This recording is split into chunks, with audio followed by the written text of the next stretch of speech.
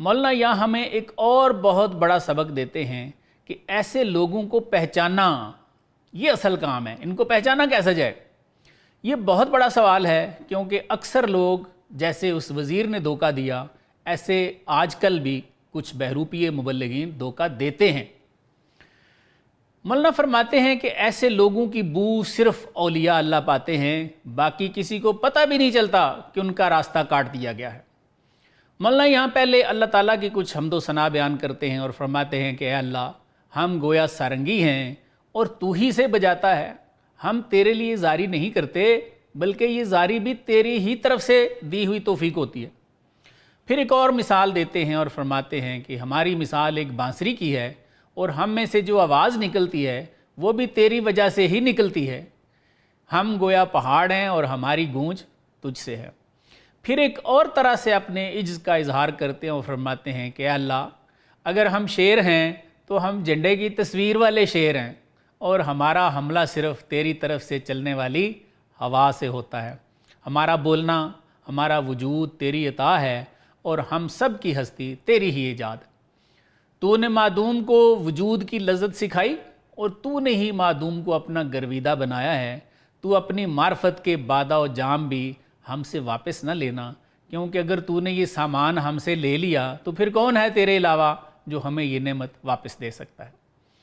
مزید فرماتے ہیں کہ اے مالک، تو نے قرآن میں بھی فرمایا ہے کہ غزوہ بدر کے موقع پہ جو حضور صلی اللہ علیہ وآلہ وسلم نے کنکریاں پھینکی تھیں، جس سے کفار کو نیند آ گئی اور مسلمانوں نے ان کو پکڑ لیا، کچھ کو قتل کر دیا. وہ کنکریاں آپ فرماتے ہیں کہ محبوب آپ نے تو نہیں پھینکی تھیں، وہ تو اللہ نے پھینکی تھیں.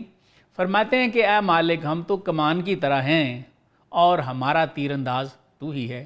یہ سارا عجز بیان کرنے کے بعد مولانا فرماتے ہیں کہ صرف اللہ کے کرم سے، جس کی طرف اللہ تعالیٰ نے قرآن میں یہ کہہ کر اشارہ فرمایا ہے وَلَقَدْ كَرَّمْنَا بَنِي آدم، کہ بے شک ہم نے بنی آدم کو بزرگی دی ہے، صرف اللہ کے صاحب قرب لوگ یعنی انبیاء اولیاء ہی ایسے بہروپیے مبلغین کی بو پاتے ہیں، خواہ وہ مسجد زرار کے بہروپیے ہوں یا بعد میں آنے والے ہوں.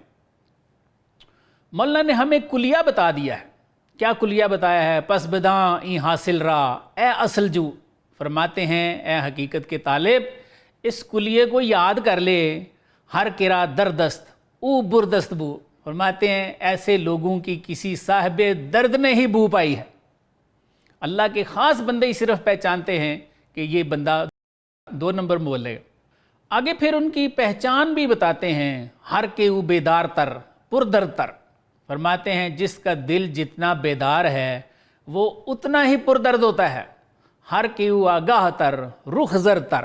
فرماتے ہیں جو جتنا آگاہ ہے وہ اتنا ہی زرد ہوتا ہے، اس کا رنگ پیلا ہوتا ہے. آگے فرماتے ہیں کہ ایسے خدا پرستوں کی پہچان انبیاء کی زندگیوں سے بڑی آسانی سے ہو جاتی ہے. کیسے بھئی ہو جاتی ہے؟ فرماتے ہیں انبیاء را کار عقبہ اختیار. فرماتے ہیں انبیاء نہیں دیکھے آپ نے، دنیا میں آخرت کا کاروبار کرتے ہیں. کافراں را کار دنیا اختیار، اور کافر لوگ کاروبار دنیا اختیار کرتے ہیں. یعنی مولانا فرمانا چاہ رہے ہیں کہ خاصان خدا اور عام لوگوں کی ترجیحات میں ہی فرق ہوتا ہے. آگے فرماتے ہیں زاں کے ہر مرغے بسوئے جن سے خیش. فرماتے ہیں اس لیے کہ بھائی ہر پرندہ اپنی جنس کی طرف اڑتا ہے. میرود او در پس و جاں پیش پیش. اڑتا کیسے ہے؟ فرماتے ہیں وہ پیچھے پیچھے ہوتا ہے، جان اس کی آگے آگے اڑ رہی ہوتی ہے. آگے فرماتے ہیں کافراں چو جن سے سجین آمدن.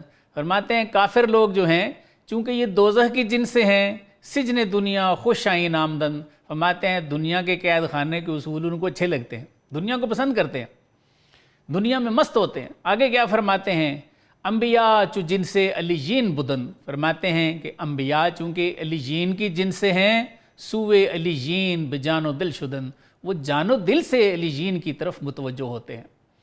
یہ وہی مضمون ہے جس کی طرف حضرت علامہ نے بھی اشارہ کیا. کون سا؟ کافر کی یہ پہچان کے آفاق میں گم ہے، مومن کی یہ پہچان کے گم اس میں ہے آفاق.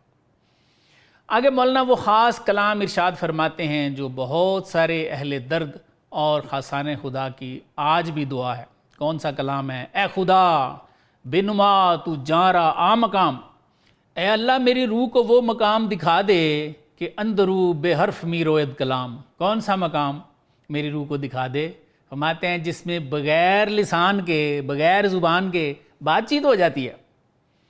بس مولانا فرماتے ہیں کہ جن کی یہ حالت ہوتی ہے، جو ایسے صاحب الہام ہوتے ہیں، اللہ تعالیٰ اپنی رحمت سے ان کو ایسے ایمان چھیننے والے لوگوں کی گفتگو کے شر سے آگاہی فرما دیتے ہیں. باقی ہم جیسے لوگوں کو بالکل پتہ نہیں چلتا.